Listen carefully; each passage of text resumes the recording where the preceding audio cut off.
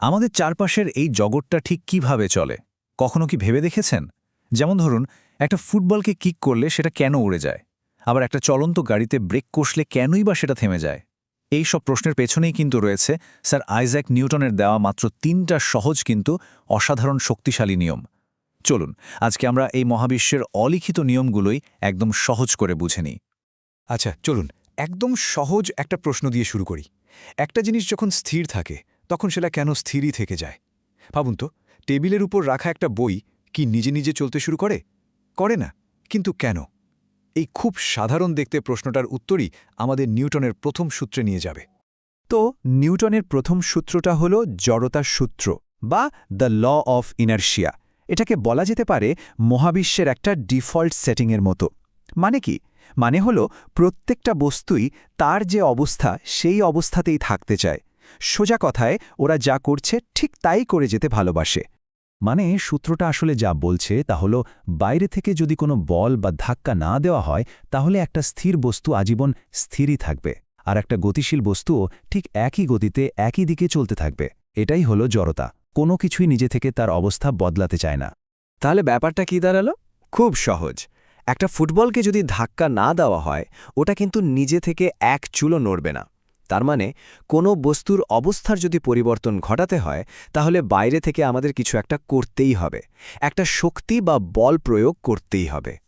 আর ঠিক এইখানেই চলে আসছে পরিবর্তনের মূল কারিগর, বল বা ফোর্স।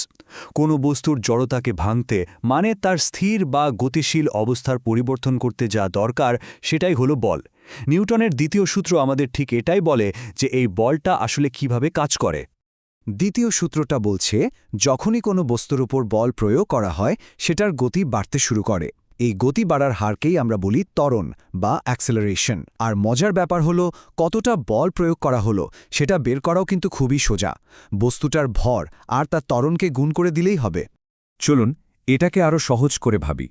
একটা বস্তুকে যত জোরে ধাক্কা দেওয়া হবে, মানে যত বেশি বল প্রয়োগ করা হবে, বস্তুটা তত দ্রুত চলতে শুরু করবে। তার মানে বেশি বল মানেই হলো বেশি গতি। একদম সিম্পল।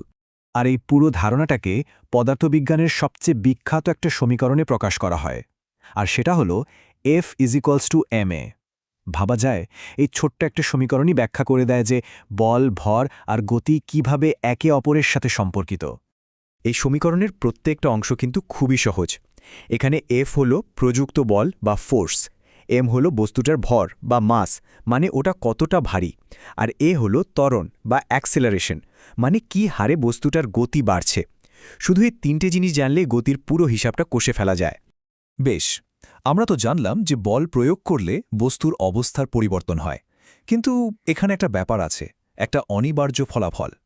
মহাবিশ্বে প্রযুক্ত প্রত্যেকটা বলেরই একটা পাল্টা প্রতিক্রিয়া থাকে, আর এটাই হলো নিউটনের তৃতীয় সূত্র। চলুন দেখি এটা কিভাবে কাজ করে। আর সূত্রটা একদম সোজাসাপটা কিন্তু দারুণ শক্তিশালী। প্রত্যেক ক্রিয়ারই একটা সমান ও বিপরীত প্রতিক্রিয়া আছে। এর মানে হলো, এই মহাবিশ্বে কোনো বলই একা একা কাজ করে না, এরা সবসময় জোড়ায় জোড়ায় থাকে, অ্যাকশন আর রিঅ্যাকশন হিসাবে। এর একটা চমৎকার উদাহরণ হলো দেয়ালে ধাক্কা দেওয়া। যখন কেউ একটা দেয়ালে ধাক্কা দেয় তখন মনে হতে পারে যে শুধু সেই ব্যক্তি শক্তি প্রয়োগ করছে, কিন্তু আসল ঘটনা হলো দেয়ালটাও ঠিক একই পরিমাণ বল দিয়ে ওই ব্যক্তিকে উল্টো দিকে ধাক্কা দিচ্ছে। বিষয়টা ঠিক এভাবেই কাজ করে। একদিকে আছে ক্রিয়া বা অ্যাকশন, মানে দেয়ালে ধাক্কা দেওয়া, আর ঠিক তার বিপরীতে আছে প্রতিক্রিয়া বা রিঅ্যাকশন। দেওয়ালটাও সমান জোরে পাল্টা ধাক্কা দিচ্ছে। এমনকি একটা রকেটও কিন্তু এই একই নিয়ম মেনে মহাকাশে উড়ে যায়। তো এই হলো নিউটনের 3টে সূত্র। এগুলোকে হয়তো আলাদা মনে হতে পারে, কিন্তু সত্যি বলতে কি, এরা আসলে একসাথে মিলে গতির একটা সম্পূর্ণ কোড তৈরি করে, যে কোডটা আমাদের চারপাশের জগতের প্রায় সব কিছুকেই নিয়ন্ত্রণ করে। চলুন এক নজরে পুরোটা আরেকবার দেখে নেওয়া যাক। প্রথমত জড়তা। বাইরে থেকে বল প্রয়োগ না করলে কোনো বস্তু নিজের অবস্থা বদলায় না। দ্বিতীয়ত বল। প্রযুক্ত বল হল বস্তুর ভর আর ত্বরণের গুণফল, মানে F=ma। আর সবশেষে প্রতিক্রিয়া।